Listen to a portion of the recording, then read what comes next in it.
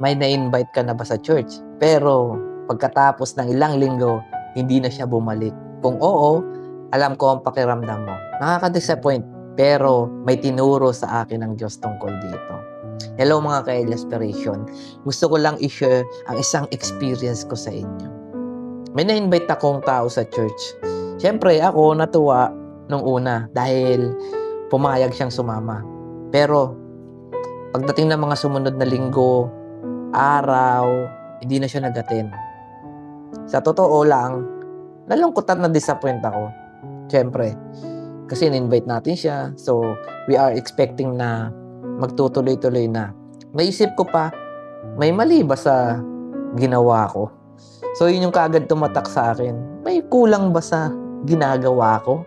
Pero, habang nagre-reflect ako mga kapatid, naalala ko ang isang Bible verse, nag-remind sa akin, from 1 Corinthians 3 verse 6, basahin natin.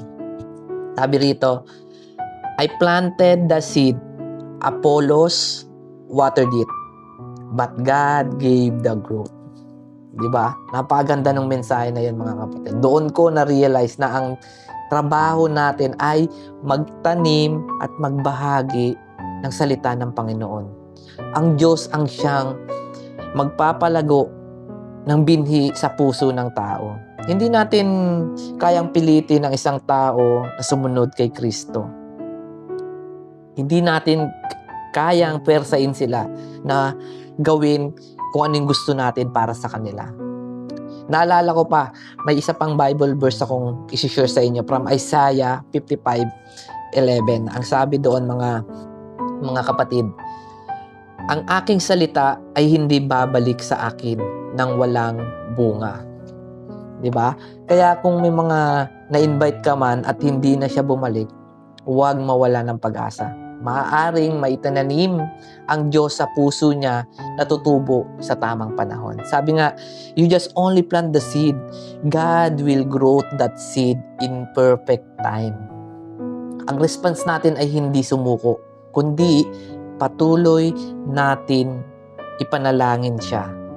Magmahal at maging magandang halimbawa na baka hindi pa ngayon ang panahon niya, pero ang Diyos ay patuloy na kumikilos sa buhay niya. Kaya, mga kapatid, kung may mga taong hindi na umahati ng church at na-invite nyo sila, huwag mo siyang husgahan. Huwag kayong ma-disappoint. Huwag kang malungkot. Bagkus, ang sabi at itinuturo sa atin ng Biblia, ipanalangin natin siya. Ang Diyos ay hindi pa tapos gumawa sa buhay niya.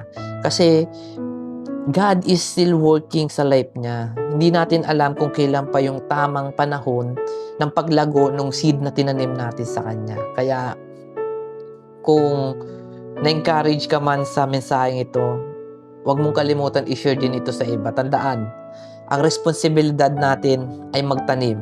Ang Diyos ang nagbibigay ng paglago ng buto sa kanyang puso. Kaya mga kapatid, always remember, we will just put the seed and let God work on His heart.